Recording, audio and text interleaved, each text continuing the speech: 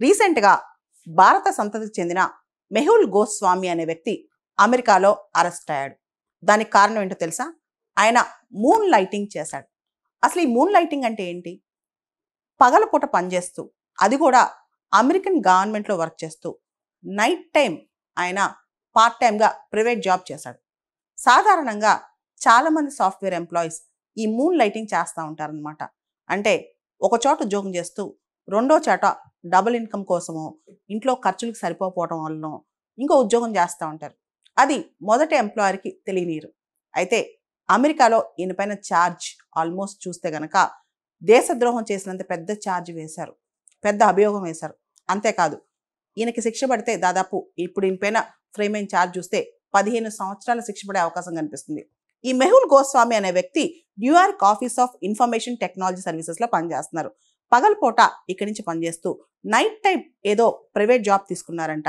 Actually ఈ New York state office of information technology services అనేది అమెరికాలో గవర్నమెంట్ జాబ్ కింద లెక్క. ఈ అమెరికా ప్రభుత్వ ఉద్యోగంలో ఈ మెహుల్ గోస్వామి దాదాపు $117,000 వార్షికంగా సంపాదిస్తున్నాడంట. అయితే ఇదంతా ట్యాక్స్ పేయర్స్ మనీ జీతంగా తీసుకుంటూ రెండో ఉద్యోగం ఎలా చేస్తావు, ఇది దేశద్రోహం కాదా అని చెప్పి అక్కడ కేసు బుక్ చేశారనమాట. ఈయన పైన లార్సనీ కేసు పెట్టారనమాట. అంటే థెఫ్ట్, ఇంత డబ్బులు, ప్రభుత్వం డబ్బులు ఈయన కాజేశాడు అన్నట్టు కేసు పెట్టారనమాట. ఇది ఫెలోనీ కింద కూడా వస్తుంది, దేశద్రోహం కింద కూడా వస్తుందని చెప్పి అక్కడ అభియోగాలు మోపుతున్నారనమాట. ఈ అభియోగాలని రుజువైతే మెహుల్ గోస్వామికి 15 సంవత్సరాలు శిక్ష పడే అవకాశం కనిపిస్తుంది. అంతేకాదు, ఈయనకి ఇప్పుడల్లా బెయిల్ వచ్చే అవకాశం కూడా లేదనమాట. ఈయన పైన పెట్టిన కేసులు నాన్ బెయిలబుల్ అని చెప్పొచ్చు అనమాట. అక్టోబర్ 15వ తారీఖున భారత సంతతికి చెందిన ఈ మెహుల్ గోస్వామిని అరెస్ట్ చేశారు. న్యూయార్క్ స్టేట్ ఇన్స్పెక్టర్ జనరల్ కథనం ప్రకారం ఇతను చేసింది బ్రీచ్ ఆఫ్ ట్రస్ట్, నమ్మక ద్రోహం అనమాట. అంతేకాదు, పబ్లిక్ రిసోర్సెస్ ని తప్పుగా వాడుకోవటం, దాంతోపాటు ట్యాక్స్ పేయర్స్ మనీని మిస్యూజ్ చేయటం. సో ఇది మొత్తం కోర్టులో తేలాలని చెప్పి ఇతని పైన భారీగా కేసులు వేశారనమాట. అయితే ఇక్కడ మనం కొన్ని ఇంప్లికేషన్స్ చూడాలి.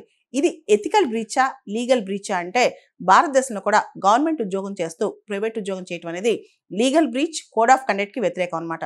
తర్వాత ఈ మధ్య కాలంలో చాలా సాఫ్ట్వేర్ కంపెనీస్ మూన్ లైట్ మీద చాలా స్ట్రిక్ట్ యాక్షన్ తీసుకున్నాయి. ముఖ్యంగా కోవిడ్ ఆ తర్వాత వర్క్ ఫ్రమ్ హోమ్ బాగా స్టార్ట్ అయ్యి చాలా మంది 2-3 జాబులు చేస్తున్నారనమాట. దీనివల్ల కాన్ఫ్లిక్ట్ ఆఫ్ ఇంట్రెస్ట్, ఒక జాబ్కి 2 జాబ్కి మధ్య వైరుధ్యం ఉండటం, దాంతోపాటు ఒక జాబ్లో ఉన్న కాన్ఫిడెన్షియాలిటీ ఇంకో జాబ్కి లీక్ అయిపోవడం, అన్నిటికన్నా ఎక్కువగా ఎఫిషియన్సీ తగ్గిపోద్ది. 2-3 ఉద్యోగాలు ఒకటే వ్యక్తి చేస్తూ డబ్బుల కోసం ఆశపడితే ఎఫిషియన్సీ తగ్గిపోద్దని చెప్పి కంపెనీస్ భావిస్తుంటాం. ఇవన్నీ ఉంటాయి అనమాట. దాంతోపాటు పబ్లిక్ అకౌంటబిలిటీ, ఎవరైతే గవర్నమెంట్ జాబ్ చేస్తూ ప్రైవేట్ జాబ్ చేస్తున్నారో వాళ్ళు ప్రజలకు కూడా సమాధానం చెప్పాలి అంటూ అమెరికా భావిస్తుంది అనమాట. సో ఇంత పెద్ద నేరంగా అమెరికా భావించి మెహుల్ గోస్వామి పైన చాలా పెద్ద అభియోగాలు వేసింది.